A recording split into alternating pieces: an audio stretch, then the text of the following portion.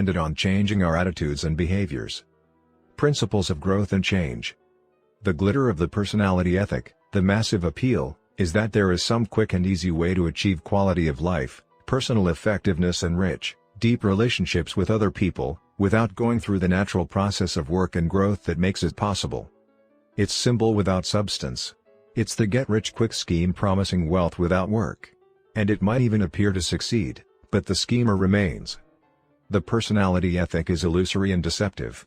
And trying to get high-quality results with its techniques and quick fixes is just about as effective as trying to get to some place in Chicago using a map of Detroit.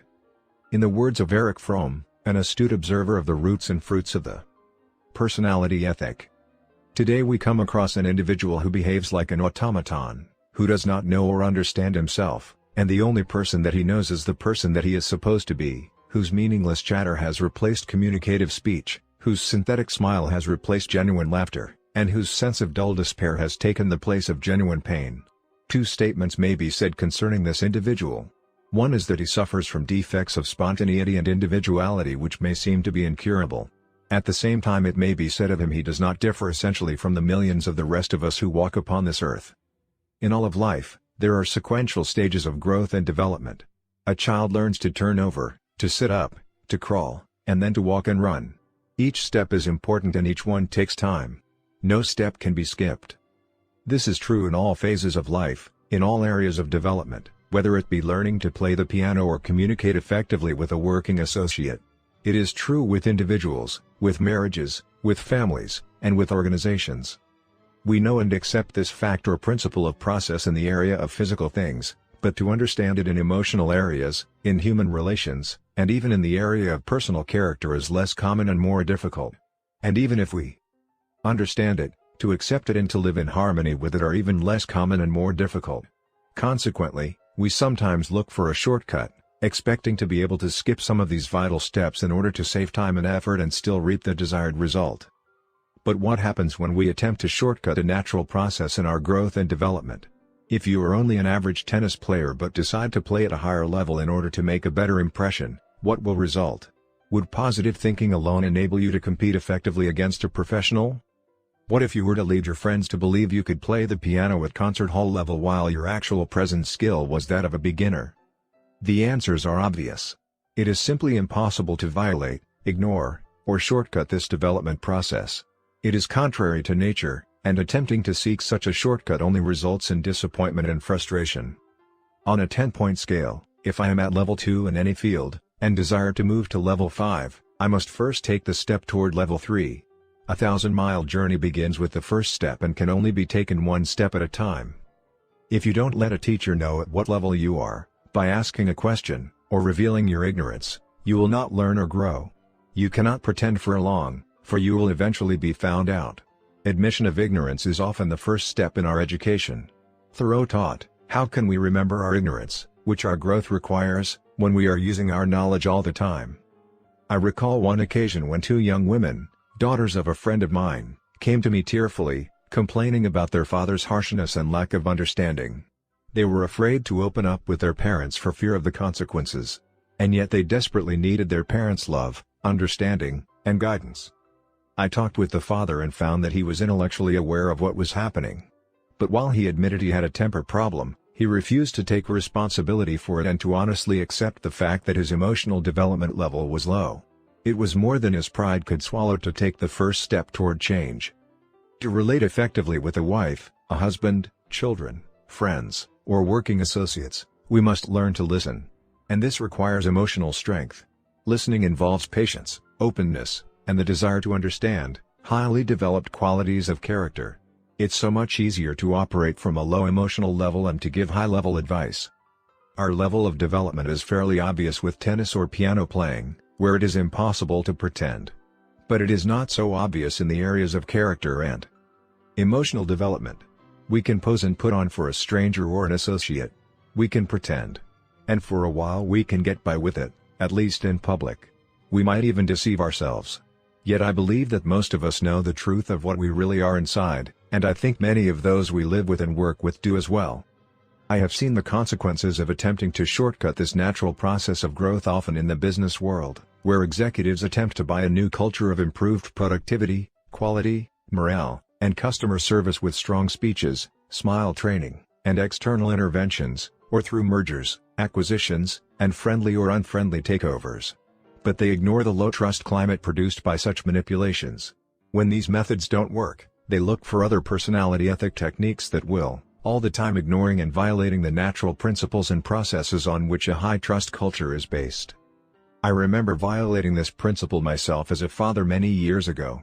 One day I returned home to my little girl's third-year birthday party to find her in the corner of the front room, defiantly clutching all of her presents, unwilling to let the other children play with them.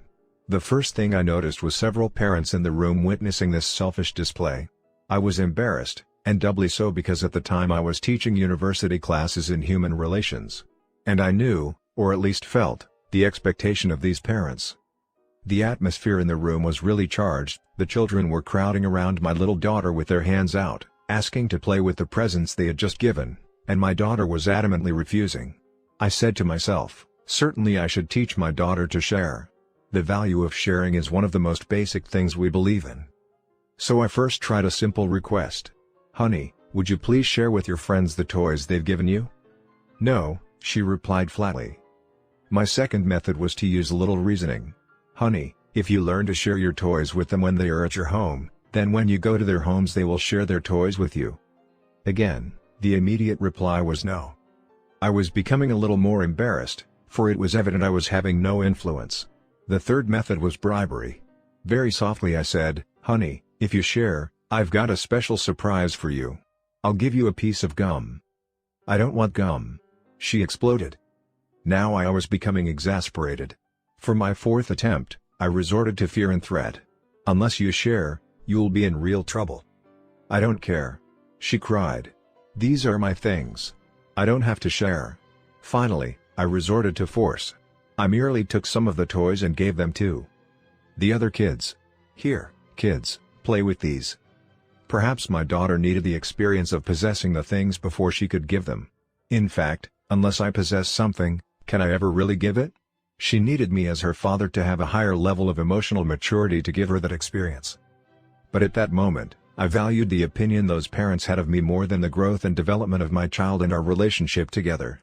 I simply made an initial judgment that I was right, she should share, and she was wrong in not doing so.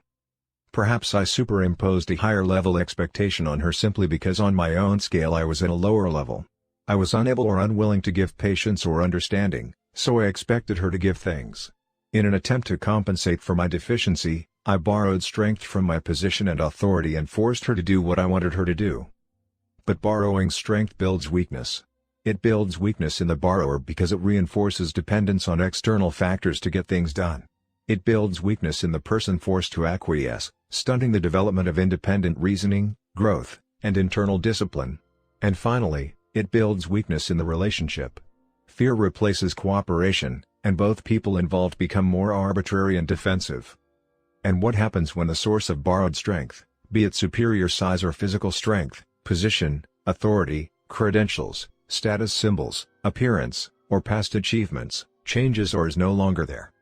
Had I been more mature, I could have relied on my own intrinsic strength, my understanding of sharing and of growth and my capacity to love and nurture, and allowed my daughter to make a free choice as to whether she wanted to share or not to share. Perhaps after attempting to reason with her, I could have turned the attention of the children to an interesting game, taking all that emotional pressure off my child.